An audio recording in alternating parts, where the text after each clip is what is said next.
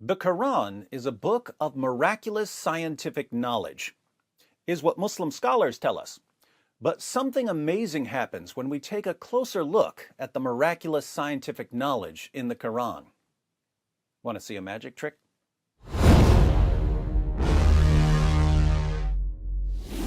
Shaykh Uthman ibn Farooq is my favorite sheikh. He gives my favorite kind of dawah. You Muslims who aren't supporting him should be ashamed of yourselves. The man is a national treasure. You need to convince him to do dawah full time. At the very least, subscribe to his channel and share his videos. Now, Shaykh Uthman is a busy man, but he has generously offered to take some time out of his busy schedule to answer some of my questions about his arguments.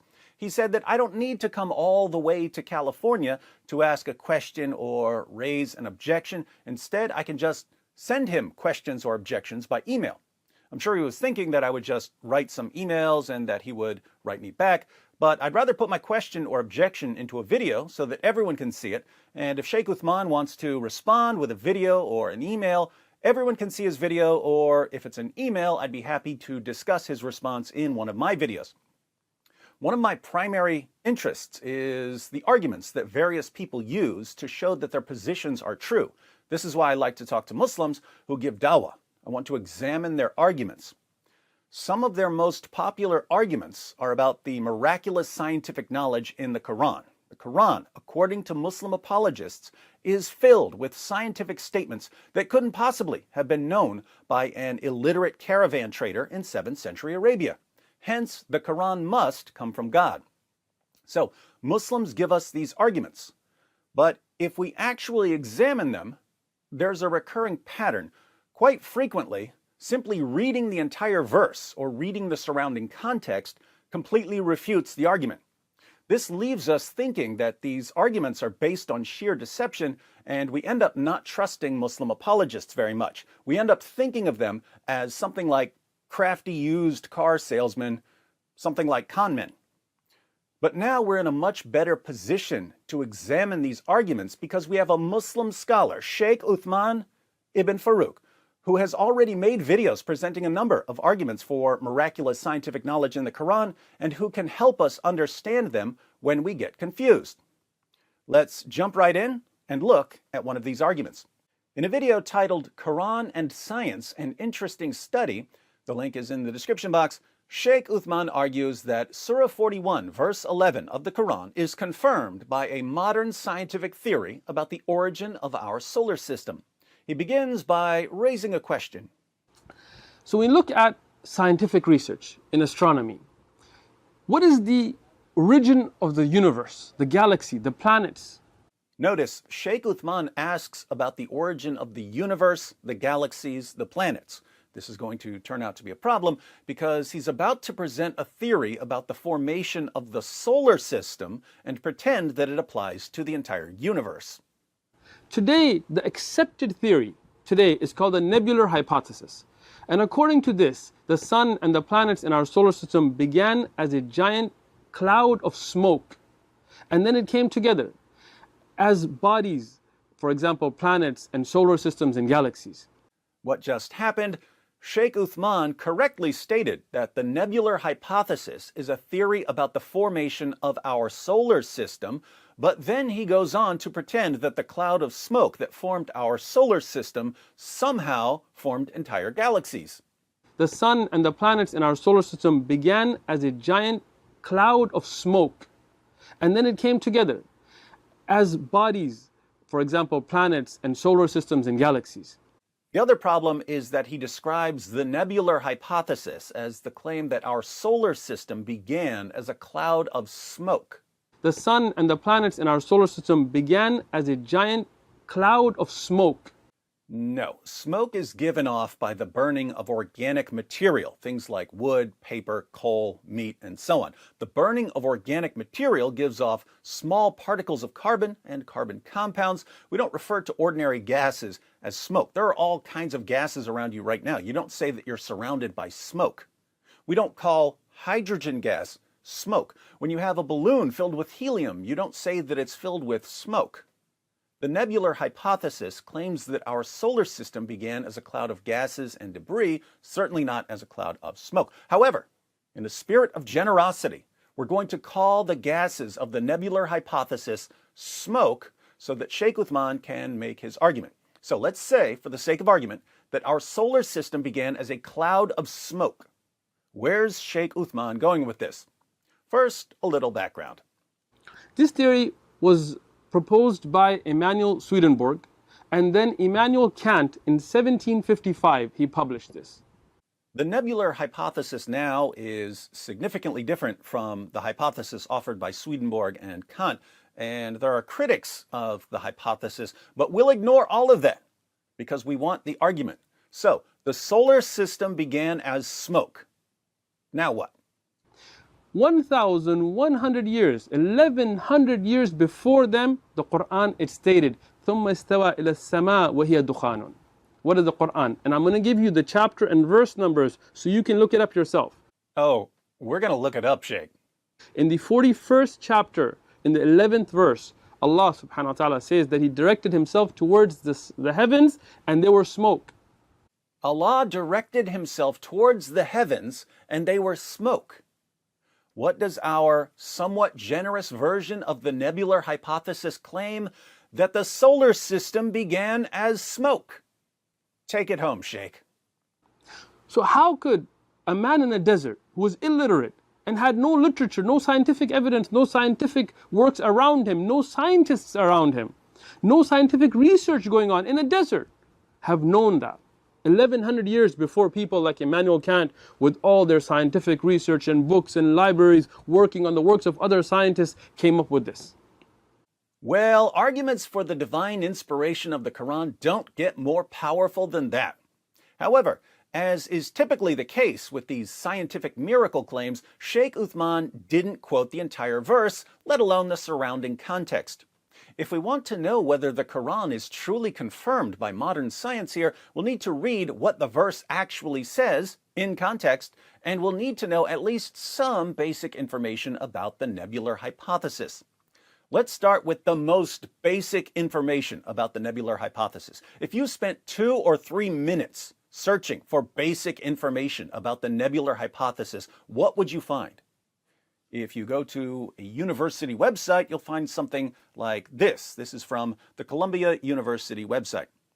About 4.6 billion years ago, our solar system formed from a cloud of gas and dust, which slowly contracted under the mutual gravity of all of its particles. The cloud was made largely of hydrogen with some helium and small amounts of the remaining naturally occurring chemical elements. The elements larger than helium had to have been produced in a supernova. So, elements in the cloud of smoke larger than helium had to come from a supernova, an exploding star. Even if you just go to Wikipedia, you'll find interesting information about the nebular hypothesis. For instance, a sun-like star usually takes approximately 1 million years to form, with the protoplanetary disk evolving into a planetary system over the next 10 to 100 million years. So, if you spend just a few minutes gathering the most basic details about the nebular hypothesis, you learn that, according to the theory, there were already lots of stars for billions of years. Those stars exploded, some of the debris coalesced in a certain area of space. A new star formed after 1 million years or so, and the planets were up and running much, much later. What's the sequence of events? Stars explode, cloud of smoke, new star, then planets, including Earth. That's the hypothesis that supposedly confirms Surah 41, verse 11 of the Quran, right? What was that verse again, Sheikh? In the 41st chapter, in the 11th verse, Allah subhanahu wa ta'ala says that He directed Himself towards the heavens and they were smoke. Here it is in the Quran. Notice that I blocked everything that Shaykh Uthman left out. Watch what happens if we simply finish reading verse 11.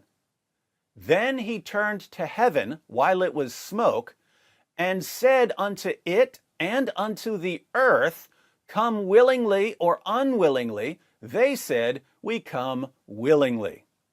That's strange. The earth was already there alongside the cloud of smoke. According to the nebular hypothesis, was the earth already there alongside the initial cloud of smoke? Maybe we could try to fix this problem by saying that Allah was speaking to the particles in the cloud that would eventually become earth. Will that help?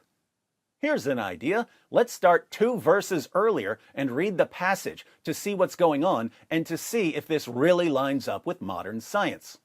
Starting in verse 9, say, "Do you indeed disbelieve in the one who created the earth in 2 days, and do you set up equals unto him? That is the Lord of the worlds."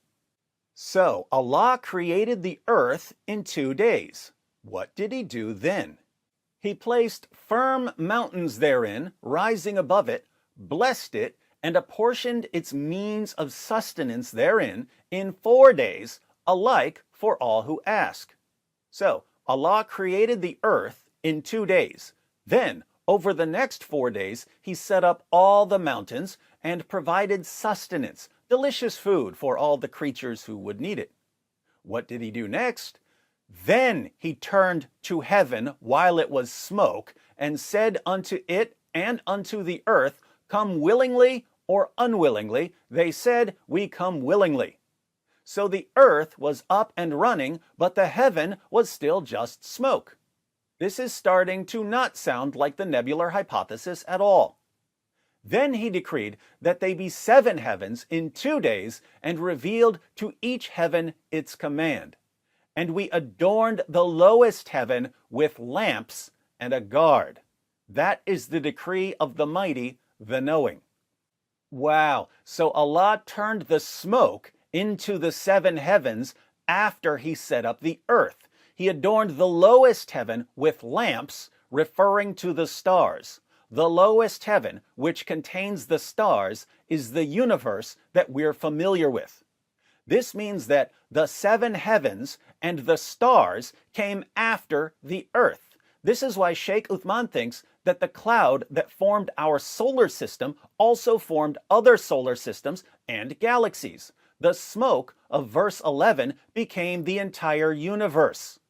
The sun and the planets in our solar system began as a giant cloud of smoke, and then it came together as bodies, for example, planets and solar systems and galaxies.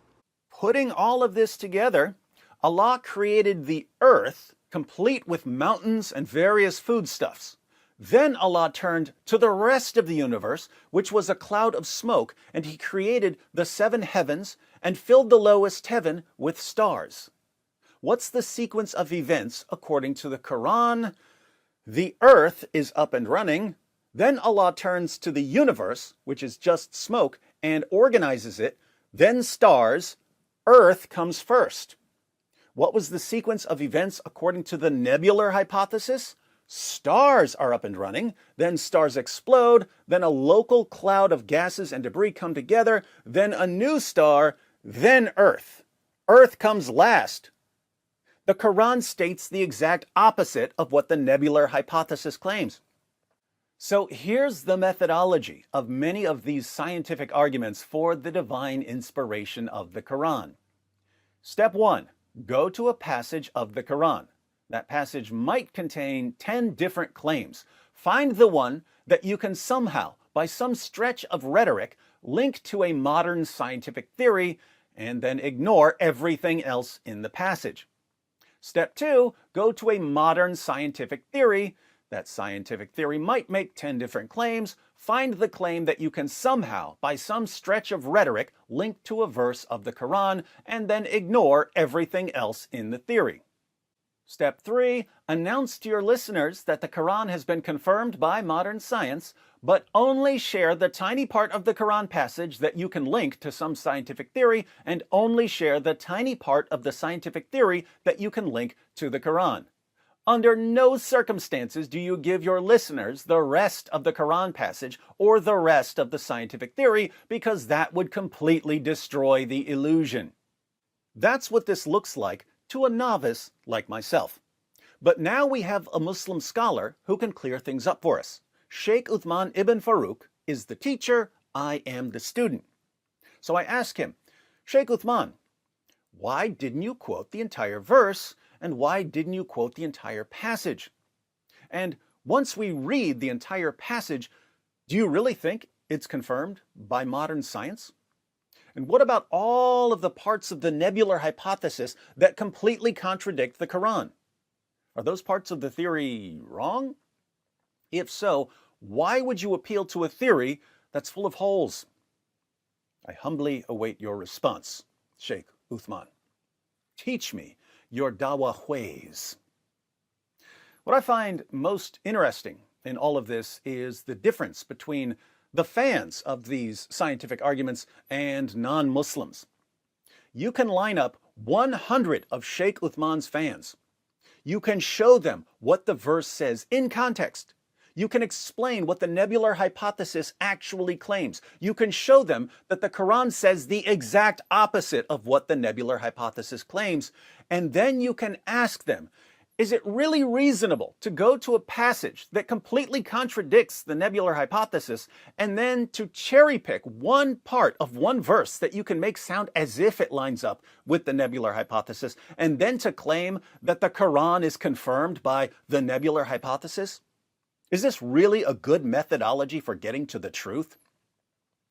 100 out of 100 Shaykh Uthman fans will tell you, yes, this is a wonderful methodology. This is how dawah is done. It says smoke that's close enough to something from the nebular hypothesis. Who cares what the rest of the passage says, and who cares what the rest of the theory says? This is a clear and indisputable sign from Allah. How can you reject it? Are you an Islamophobe?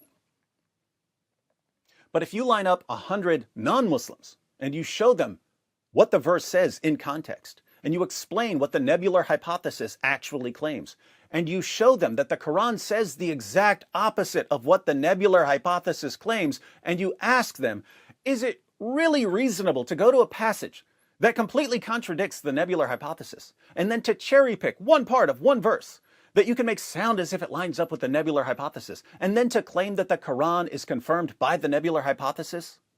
Is this really a good methodology for getting to the truth? 100 out of 100 non-Muslims will say, oh my goodness, that's so deceptive. Is this really what they do in their dawah? Now, here's the golden question.